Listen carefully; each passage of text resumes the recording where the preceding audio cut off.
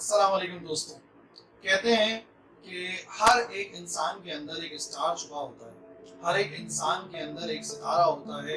ये स्टार की खुसूसियात होती है और ये कहना गलत नहीं है, क्योंकि जिन एलिमेंट से डिफरेंट स्टार्स बने हैं उन्हीं एलिमेंट से हम भी बने हैं, तो हम सब में एक स्टार है। ठीक है, आज की इतनी स्टारों के बारे में बात कर रहे हैं क्योंकि आज की वीडियो होने वाली है स्टार्स के लाइफ साइकिल के बारे में। जैसे कि हर इंसान की एक लाइफ साइकिल होती है, बचपना होता है, जवानी होती है, बुढ़ापा होता है, फिर मर जाते हैं। बिल्कुल इसी तरीके से तमाम के तमाम स्टार्स भी एक लाइफ साइकिल को फॉलो करते हैं। तो डिफरेंट डिस्क्रिप्शंस है उनकी लाइफ साइकिल की, बस जो मोस्ट कॉमन है वो है 7 stages of life of a star. एक स्टार की जिंदगी के 7 अहम स्टेजेस होते हैं और आज की वीडियो में इसी बारे में बात करेंगे।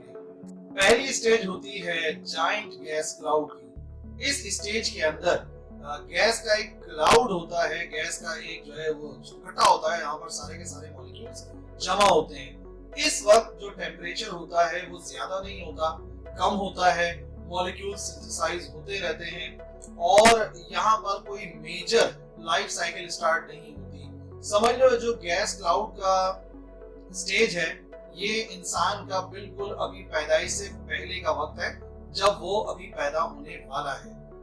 दूसरी स्टेज आती है प्रोटोस्टार की स्टेज। इस स्टेज के अंदर ये जो वर्ड आ रहा है प्रोटोस्टार, ये बिल्कुल स्टार की शुरुआत है। जो भी स्टार है वो स्टार्ट हो रहा है और ये हमारा बचपना है और बिल्कुल ही बचपना है। इसको बेबी स्टार भी कहते हैं किसी प्रोटोस्टार को।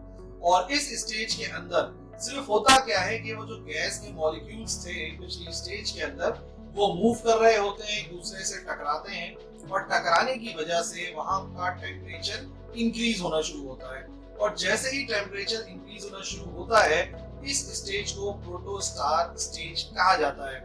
इस स्टेज में अगर कोई भी स्टार होता है तो उसे हम इंफ्रारेड रेडिएशंस के जरिए पहचान सकते हैं। अगर आप नहीं जानते इंफ्रारेड रेडिएशंस को तो याद रखिए कि हमारी इलेक्ट्रोमैग्नेटिक वेव्स को कई सारे हिस्सों में डिवाइड किया जाता है, जिसके अंदर स्टार्ट होती है सबसे बड़ी वेवलेंथ यानी कि रेडियो वेव्स, उसके बाद बारी आती है माइक्रोवेव्स की, उसके बाद बारी आती है इंफ्रारेड की और इंफ्रारेड के बाद हमारी विजिबल लाइट आती है जिसे हम देख सकते हैं। तो इंफ्रारेड रेडिएशन जो है जो प्रोटोस्टार से आती हैं उनको इंफ्रारेड डिटेक्टर्स के जरिए देखा जा सकता है। बट अभी फिलहाल वो स्टार नहीं बने हैं, अभी वो बिल्कुल बेबी स्टार हैं। उनमें बिल्कुल उसी किस्म की खुसूसियात होती हैं कि टेम्परेचर अभी इंक्रीज हो रहा है मॉलिक्यूल्स के आपस में टकराने की वजह से। इसके बाद आती है हमारे तीसरे स्टेज की बारी जो कि टी टॉरी फेज कहलाता है। इस फेज में जो पिछली आपने स्टेज देखी उसके अंदर क्या होता है कि एक प्रोटोस्टार बनता है और ऑब्जेक्ट फॉल हो रहे होते हैं, जो मटेरियल होता है वो फॉल हो रहा होता है इनसाइड। बट यहाँ पर क्या होता है कि जो मटेरियल होता है वो स्टार के अंदर जाना बंद हो जाता है, यानी प्रोटोस्टार के अंदर जाना बंद हो जाता है। लेकिन यहाँ पर अभी तक टेम्परेचर इतना नहीं पहुंचता है कि वहां पर फ्यूजन स्टार्ट हो और हमारी मेन सीक्वेंस ऑफ स्टार बन जाए। ठीक है, लेकिन ये स्टेज तकरीबन 100 मिलियन ईयर्स तक चलती है और इस स्टेज के बाद सबसे अहम स्टेज शुरू होती है, यानी कि इंसान के लिहाज से देखा जाए तो उसकी जवानी शुरू होने वाली है। अब फोर्थ स्टेज कहलाती है मेन सीक्वेंस। मेन सीक्वेंस जैसे कि मैंने आपको बताया इंसान की जैसे जवानी होती है और असल वर्किंग स्टार्ट होती है, बिल्कुल ऐसे ही स्टार में असल वर्किंग स्टार्ट होती है। होता यह है कि जो टेम्परेचर होता है कोर का वो इंक्रीज होता है और इंक्रीज होते होते होते होते वो इतना पहुंच जाता है कोर का टेम्परेचर कि वहां पर मौजूद जो गैस के क्लाउड्स होते हैं उसके अंदर स्मॉल जो मॉलिक्यूल्स होते हैं लाइक हाइड्रोजन वो आपस में फ्यूज होना शुरू हो जाते हैं और इस प्रोसेस को कहते हैं न्यूक्लियर फ्यूजन। न्यूक्लियर फ्यूजन के बारे में एक अलग से लेक्चर में ऑलरेडी बात कर चुका हूं, आप न्यूक्लियर फ्यूजन का पूरा लेक्चर जाके देख सकते हो कि किस तरीके से फ्यूजन होता है। बट इन सिंपल वर्ड्स वहां पर 2 हाइड्रोजन के एटम आपस में कंबाइन होते हैं और कंबाइन होकर हीलियम बना रहे होते हैं। As a result large amount of energy release होता है और ये वही अरसा है, ये वही स्टेज है जिसमें भी हमारा सन मौजूद है और चमकता दमकता है, लेकिन फुल आफताब पर है यानी कि चमकदार है। तो ये मेन सीक्वेंस के अंदर जो मेन काम होता है वो होता है हाइड्रोजन के एटम्स का कंबाइन होकर हीलियम में कन्वर्ट होना और लार्ज अमाउंट ऑफ एनर्जी का रिलीज होना। फिर आती है हमारी रेड जाइंट की स्टेज। इस रेड जाइंट की स्टेज के अंदर होता यह है कि अभी तक क्या हो रहा था, हाइड्रोजन के एटम्स कंबाइन हो रहे थे और वो बना रहे थे हीलियम। तो बेसिकली हाइड्रोजन जो है वो काम करता है एज न्यूक्लियर फ्यूल। अब जैसे जैसे हाइड्रोजन में कमी आना शुरू हो जाती है वैसे वैसे अब प्रोसेस रुक जाएगा फ्यूजन का। जब फ्यूजन का प्रोसेस रुक जाएगा तो मेन सीक्वेंस के बाद हमारे पास रेड जाइंट स्टेज आना शुरू हो जाएगी। ऐसी सूरत में अमाउंट ऑफ एनर्जी जो निकल रहा था वो कम हो जाएगा। अब एक बात मैं आपको बताऊं, हर स्टार की जो लाइफ साइकिल है उसके अंदर दो फोर्सेस बहुत अहम है। एक फोर्स कहलाती है ग्रेविटी, जो कि पार्टिकल्स को अट्रैक्ट करती है। दूसरी जो एनर्जी है जो कि न्यूक्लियर फ्यूजन में निकल रही होती है वो एक्सपेंड करवाती है। नतीजे में अब ये जो हमारा स्टार होता है ये एक्सपेंड होना शुरू हो जाता है और एक्सपेंड होकर इसका टेम्परेचर कूल डाउन होता है।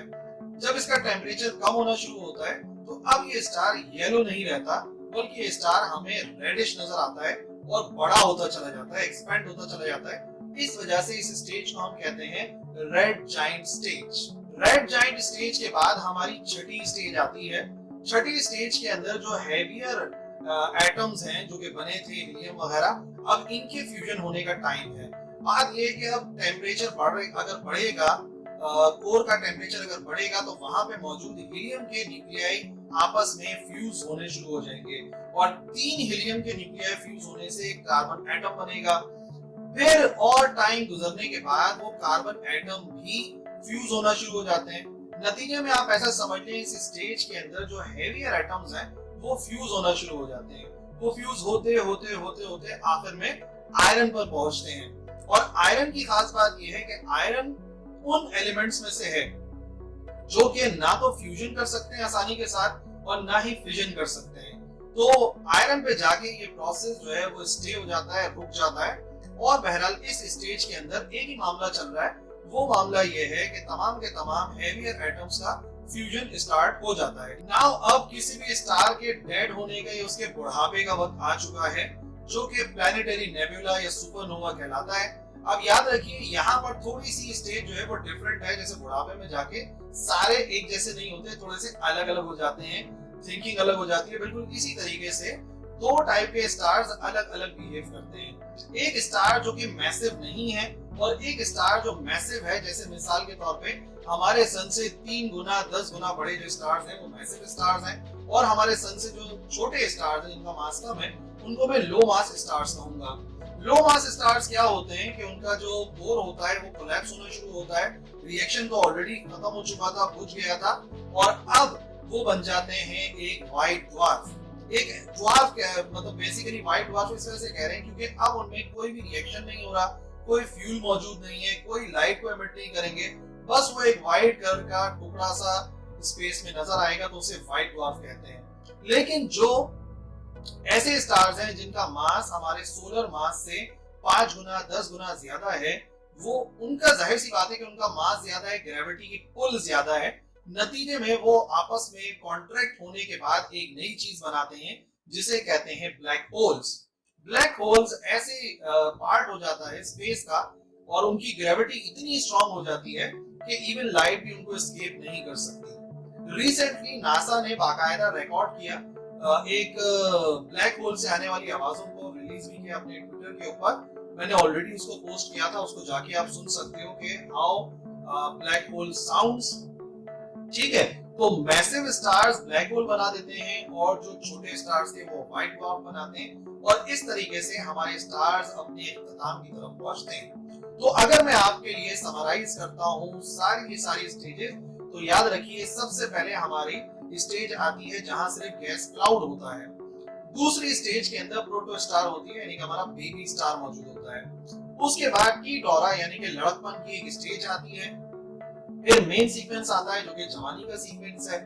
उसके बाद थोड़ा सा 40s 50s के अंदर आ जाते हैं सबके जैसे इंसान, वैसे ही स्टार्स रेड जाइंट बन जाते हैं और रेड जाइंट बनने के बाद अब आप देखेंगे वहां पर जो हेवियर एलिमेंट्स होते हैं वो भी फ्यूजन करते हैं और फाइनली जो फेट होता है, जो किस्मत है स्टार की, वो उसके मास पर डिपेंड करती है। जो कम मास वाले स्टार्स हैं वो व्हाइट ड्वार्फ बनाते हैं और जो हेवियर स्टार्स हैं वो ब्लैक होल बनाते हैं।